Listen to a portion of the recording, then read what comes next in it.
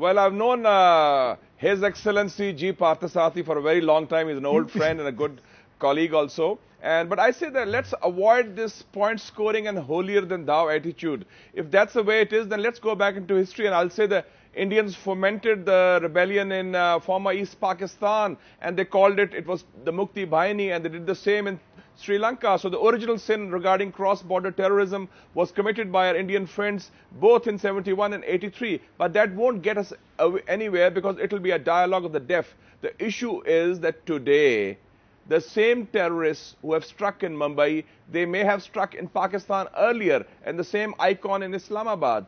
And how does Pakistan, the state of Pakistan, the government of Pakistan, or any institution in Pakistan benefit from trying to sponsor and support those who are enemies of our own armed forces and our own people? So we are having a common enemy which requires a collective approach. And Pakistanis are very perplexed with what has happened. Right. We are the net losers of the Mumbai tragedy because we are being put on the dock rather than we should be treated also as the victims of terrorism, which is hitting Pakistan a day in and day out. Quick response from Partha. Quick response from you, Partha.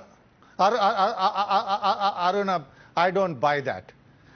Pakistan is a victim of terrorism. From terrorists, the ISI sponsored. Baitullah Masood was an ISI asset, and Mushahid knows that. As far as the Jamaat-ud Dawa is concerned, let us be very, very clear. They continue to enjoy ISI patronage.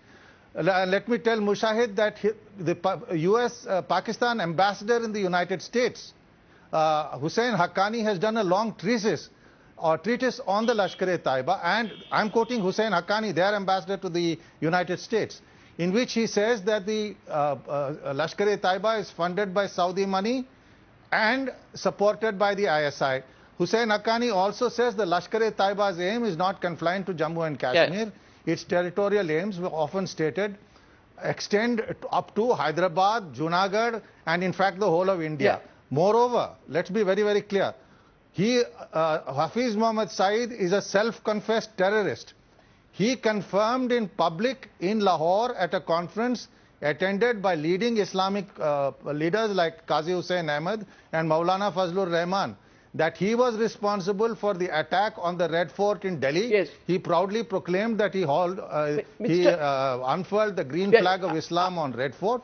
So what evidence does Pakistan need to prosecute? Okay, I have just one. He's a self-confessed terrorist. I have just one straight question to Mr. Mushahid Hussain before I end this debate. Mr. Mushahid Hussain, let's leave all this rhetoric out for once. Let's leave it out. Let's put it in the dustbin because you say nobody wants a war. Tell me, Mr. Mushahid Hussain, what has your country done? What one step has your country taken after the Mumbai attacks against those who are carrying it out from your soil? Or would you end this show as well by saying there is no evidence, there is no proof, nothing matters? We will only keep doing air sorties over Rawalpindi and Islamabad and do nothing against the Jaish, Baitullah, Masood, the Lashkar and all the others. As far as the ISI is concerned, it seems that Partha, like Hussain Haqqani, are experts on the ISI and they can debate this issue better. No. But yesterday, the head of the world's most important criminal investigation organization, the world's most important criminal investigation organization, the Interpol, Ronald Noble, declared in Islamabad today and endorsing and corroborating Pakistan's viewpoint that the Indian government has steadfastly refused to share any evidence with Interpol regarding the perpetrators of Mumbai. But you didn't answer my question. You're not answering my question. And Pakistan has gone the extra mile to do so. So I think let's be very clear. Why is India shy of sharing evidence? Okay. We have no problem with trying to track down those criminals and trying to nab them and bring them to justice. For the simple reason, every time we give evidence, Pakistan erases the evidence. The ISI has been going around Faridkot. It has taken the father of Kasab into custody.